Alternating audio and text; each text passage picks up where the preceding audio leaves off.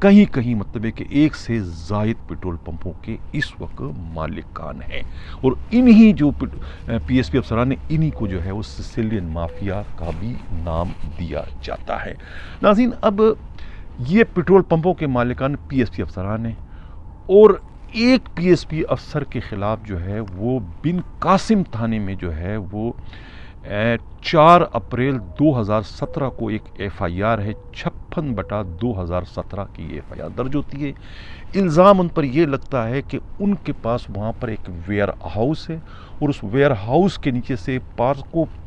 Pipe کے جو oil company ہے اس کی پائپ لائن گزرتی ہے، اور وہاں پر بہت بڑا لیکیج کر کے وہاں سے پیٹرول چوری کیا جاتا رہا ہے۔ کئی سالوں سے یہ سلسلہ چل رہا تھا، لیکن بعد میں جب کمپنی کو اس کی اطلاع ملتی تو وہ پھر شکایت کرتی ہے، اور شکایت کے بعد جو ہے وہ ملیر کے جو ایس ایس پی ہوتے ہیں اس وقت کے راو انوار وہاں پر چھاپہ مارتے، اور یہ تمام چیزیں وہاں سے یعنی کہ پیٹرول چوری کرنے کے جو معاملات میں جو استعمال ہوتا ہے جو بھی چیزیں وہ سب وہاں سے برآمد کر لیتے ہیں، اور وہاں یہ ایف آئی آر ان کے خلاف درج ہو جاتی ہے۔ اور یہ جو ویئر ہاؤس ہے یہ اس وقت کے ایک ڈی آئی جی عبد الخالق شیخ کے نام پر ہوتا ہے، الاٹ ہوتا ہے، اور انہیں الاٹ جو ہے یہ اس وقت کے بن قاسم کے جو چیئرمین ہوتے ہیں پورٹ قاسم کے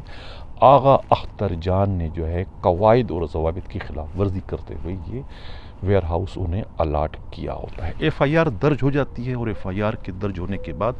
انتہائی ٹیکنیکل طریقے سے جو ہے سسیلین مافیا جو ہے خود کو اس قانونی موشگافیوں سے نکالنے کے لیے جو ہے جو حربہ استعمال کرتے، وہ حربہ یہ ہوتا ہے کہ جو ایف آئی آر جو ہے وہ تو درج ہوتی ہے 4 اپریل 2017 کو، لیکن اس کے بعد جو ہے کاغذی کارروائی کرنے کے لیے خود کو ان مقدمات سے نکالنے کے لیے بالکل دودھ میں سے مکھی کی طرح سے، تو اس میں جو ہے ایف آئی جو ایک ایگریمنٹ جو ہے بنایا جاتا ہے 2 مہینے پچھلی تاریخوں میں، یعنی کہ ایف آئی آر اپریل میں درج ہوتی ہے، اور جو ایگریمنٹ بنتا ہے وہ بنتا ہے 17 فروری 2017 کا، یعنی کہ 2 ماہ قبل کا، اور وہ ایگریمنٹ یہ ہوتا ہے کہ یہ جو ویئر ہاؤس ہے اس کے مالک یعنی کہ ڈی آئی جی عبد الخالق شیخ نے ایک شخص ہے ان کو کرائے پر دے رکھا ہے، یہ ویئر ہاؤس عبد الصمد نام کا، جو کہ آزاد کشمیر کا رہنے والا ہے، اور ان کی عمر 36 سال ہے۔ یعنی کہ قاعدہ اور رولز ریگولیشن یہ ہے کہ اگر آپ جس کو اپنا ویئر ہاؤس جو ہے رینٹ پر دو گے تو اس بندے کے پاس جو ہے وہ کلیئرنگ فارورڈنگ کا جو ہے لائسنس ہونا چاہیے، اگر وہ نہیں ہے تو آپ کسی کو ایسے بندے کو جو ہے اپنا ویئر ہاؤس الاٹ نہیں کر سکتے۔ یہی قانون ہے، یہی کسٹم کے قوانین ہے، لیکن یہاں پر ان قوانین کا کوئی خیال نہیں رکھا گیا، بلکہ یہ تو کہا جاتا ہے، ناقدین کا اور مخالفین کا کہنا ہے کہ یہ تو جو ایگریمنٹ ہے یہی 2 نمبر تھا، وہ صرف اور صرف کاغذی کارروائی کرنے کے لیے اس مقدمے کو داخل دفتر کرنے یا ایک کلاس لگانے کے لیے یہ ایک ٹیکنیکل حربہ استعمال کیا گیا تھا، یہ بیک ڈیٹ میں ایگریمنٹ تیار کرنے کا، تاکہ ان کے کاندھے سے یہ بوجھ اتر جائے کہ بھئی یہ میرے نام پر ضرور ہے، لیکن فزیکلی جو ہے وہاں پر کوئی اور آپریٹ کر رہا تھا، لہذا یہ چوری جو ہے یہ کسی اور نے کی ہے، اس چوری کا تعلق جو ہے اس ویئر ہاؤس کے مالک سے نہیں، اور وہ اس مقصد میں کامیاب ہو گئے، اور ایف آئی آر وغیرہ جو ہے وہ درج ہو جاتی ہے، باقی کاغذی کارروائی بھی ہو جاتی ہے، اور بعد میں بالآخر جو ہے وہ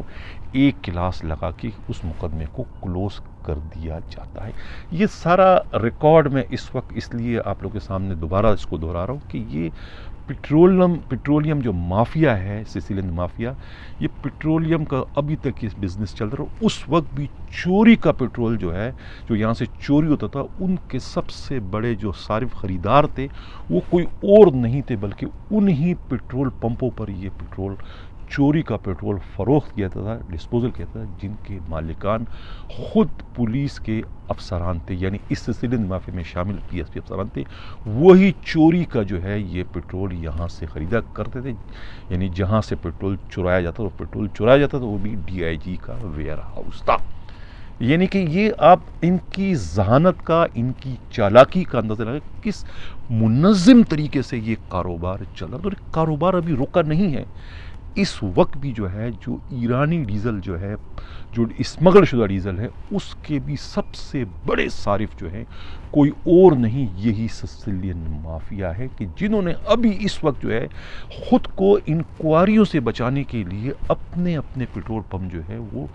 کرائے پر دے دی، اور ان کا سب سے بڑا ٹھیکیدار کے حصے سے جو ہے وہ قادر بخش شیخ جو ہے وہ اس وقت جو ہے منظر عام پر آئے ہیں۔ وہ ان تمام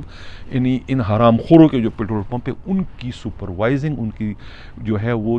نگرانی ایک طریقے سے وہ کر رہے ہیں، ان کی سپروائزنگ میں جو ہے یہ سارا دھندا، یہ سارا کاروبار اس وقت چل رہا ہے۔ کراچی پولیس والے یہ بھی جانتے کہ کس طریقے سے ٹھٹا میں واقع جو پیٹرول پمپ تھا اس پر جب کسٹم حکام نے چھاپا مارا، رنگے ہاتھوں ایرانی ڈیزل سے بڑے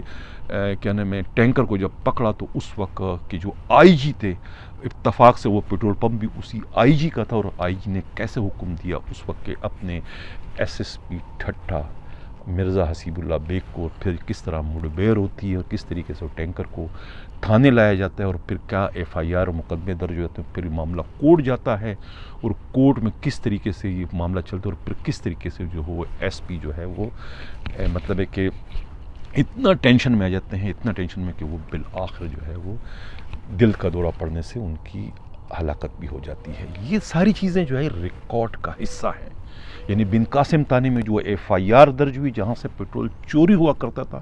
اس کی بھی ایف آئی آر، گرچہ اس کو کلوز انہوں نے کر دیا ہے کلاس میں، لیکن آئندہ کبھی بھی مستقبل قریب میں اس ایف آئی آر کے نہ صرف دوبارہ اوپن ہونے بلکہ اس کی دوبارہ باضابطہ تحقیقات ہونے، یا کہ ایک طریقے سے جوائنٹ انٹروگیشن ٹیم بھی اس سلسلے میں بنائی جا سکتی ہے اس سارے معاملے کی دوبارہ سے تحقیقات کرنے کے لیے، اس لیے کہ ایک بہت بڑا ایک نیٹ ورک ہے، اور نیٹ ورک جو ہے وہ ابھی اس وقت بھی بدستور چل رہا ہے کہ چوری کا پیٹرول کہاں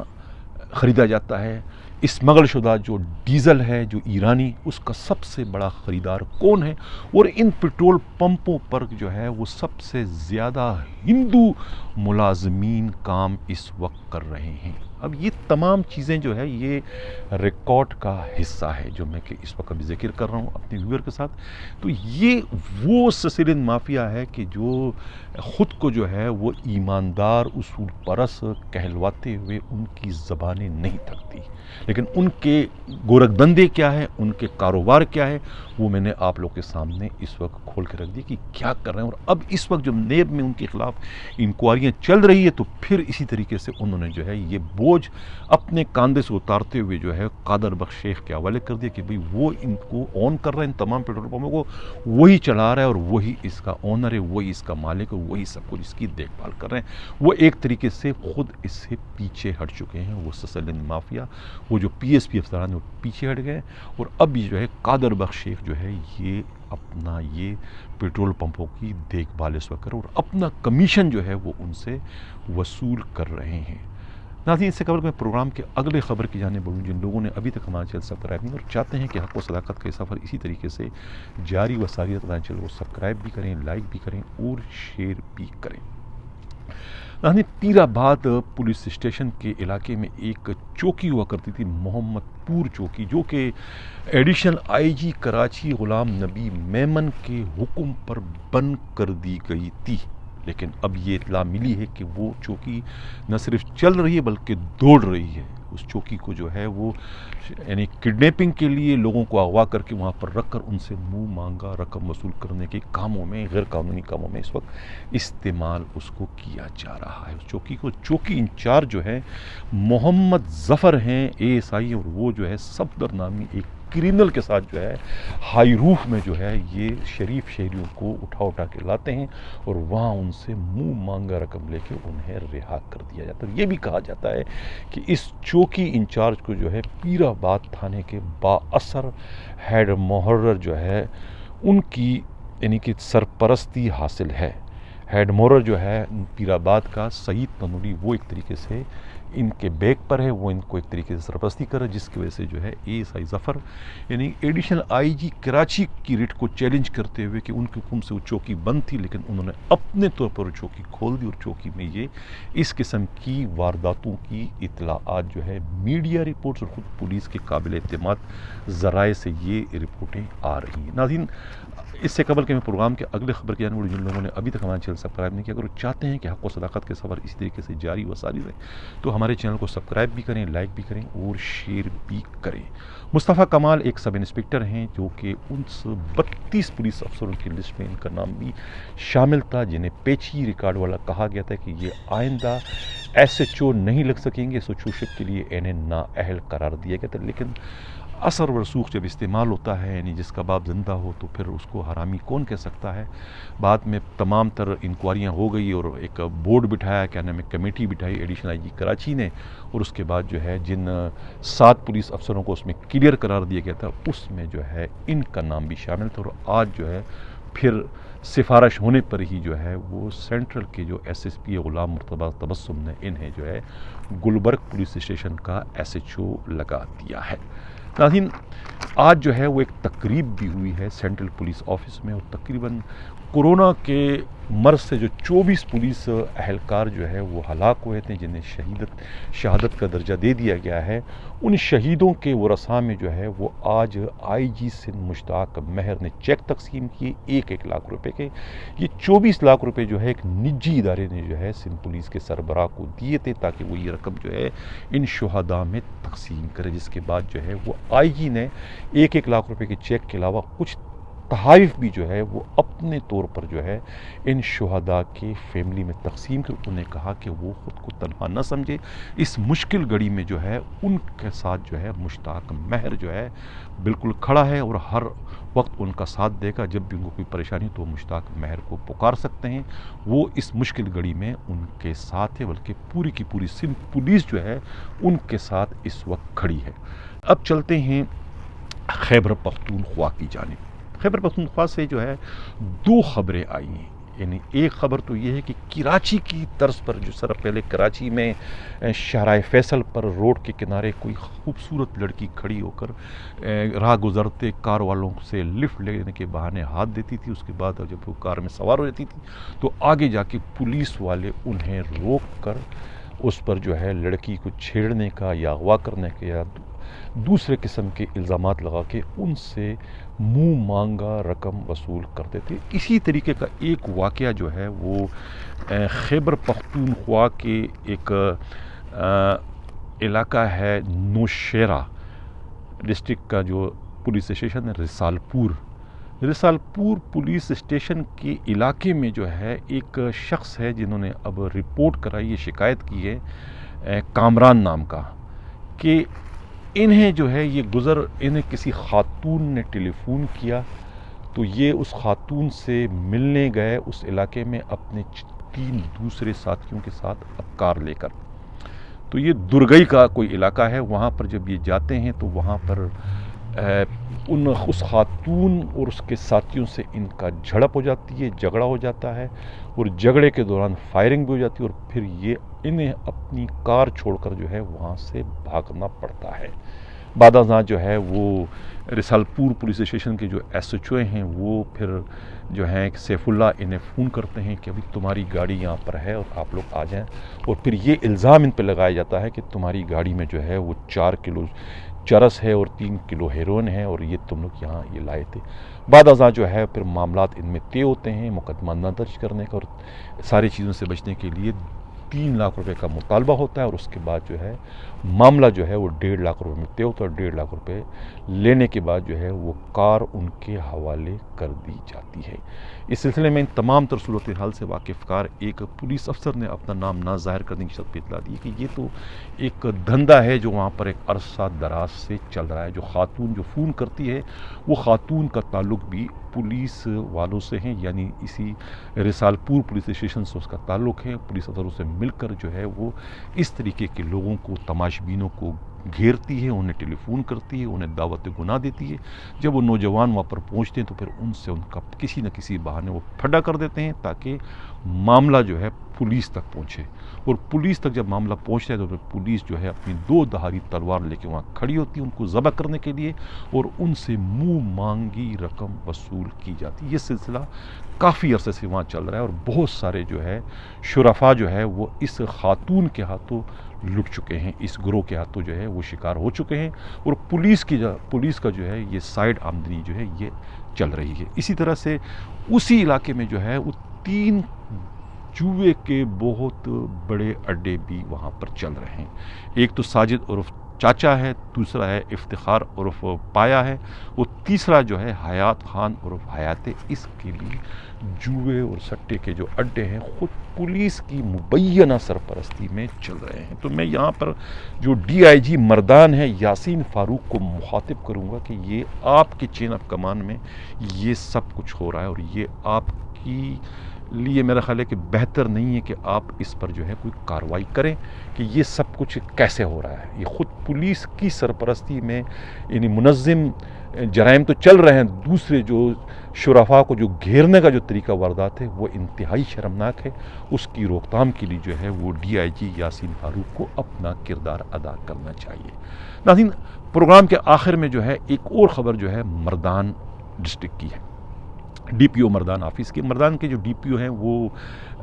ڈاکٹر زاہد ایک شریف النفس پولیس افسر ہیں، لیکن ان کے چین آف کمان میں بھی بڑی بے ضابطگیاں جو ہے وہ منظر عام پر اس وقت آئی ہے۔ وہاں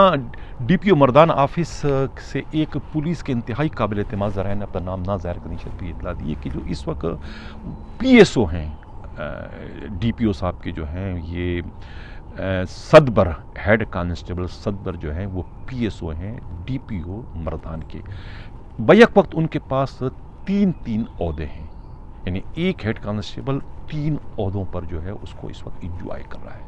نمبر 1 تو وہ جو ہے وہ PSO ہیں، یعنی کہ PSO ہو کر جو ہے وہ DPO کے مکمل اختیارات اس وقت استعمال کر رہے ہیں۔ DPO کی غیر موجودگی میں ان کے دستخط تک کہتے ہیں کہ وہ خود کرتے ہیں۔ ٹرانسفر پوسٹنگ کا مسئلہ ہو یا کسی اور پنشمنٹ کا معاملہ ہو یا کوئی اور بھی معاملہ جو بھی ہو، تو اس میں دستخط کرنے کے وہ مجاز بتائے جاتے ہیں۔ اس کے علاوہ جو ہے وہ ٹریفک اسٹاف کو بھی ڈیل کرتے ہیں، یعنی ٹریفک اسٹاف سے جو کمیشن آتا ہے وہ کمیشن وہ وصول کرتے ہیں، یہ ان پر الزام ہے۔ اسی طریقے سے جو ہے وہ جو DL برانچ ہے، حالانکہ ایک ٹریفک کا لائسنسنگ برانچ سے ایک کلریکل سٹاف ہے وہاں پر، اس سے جو ہے کسی یونیفارم پرسن کا کوئی تعلق نہیں ہونا چاہیے، یہی پولیس رولز کہتا ہے، لیکن PSO جو ہے وہ اپنے اختیارات کا استعمال کرتے ہوئے DL برانچ کو بھی خود ہی ڈیل کر رہے ہیں اور وہاں سے بھی جو ہے مبینہ طور پر اپنی جیبیں گرم کر رہے ہیں۔ اسی طریقے سے جو ہے ٹریفک اسٹاف سے بھی جو ہے وہ منتھلی اچھی خاصی ان پر وصول کرنے کا الزام ہے۔ پچھلے 8 سال سے جو ہے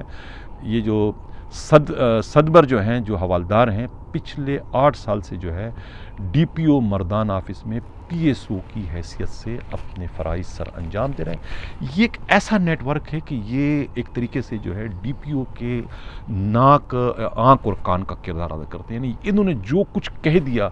DPO کو، DPO نے اس پر آنکھ بن کر عمل کر دیا۔ اس کے بعد DPO کو اتنی بھی زحمت نہیں ہوتی کہ اس کی تحقیقات کریں کہ بھی جو رپورٹ انہوں نے کچھ سبمٹ کی ہے وہ صحیح ہے، غلط ہے، حقائق سے مطابقت رکھتی بھی ہے کہ نہیں رکھتی، لیکن وہ اس پر چڑیا بٹھانے میں دیر نہیں لگاتے۔ اور یہی وجہ ہے کہ یہ جو گروپ ہے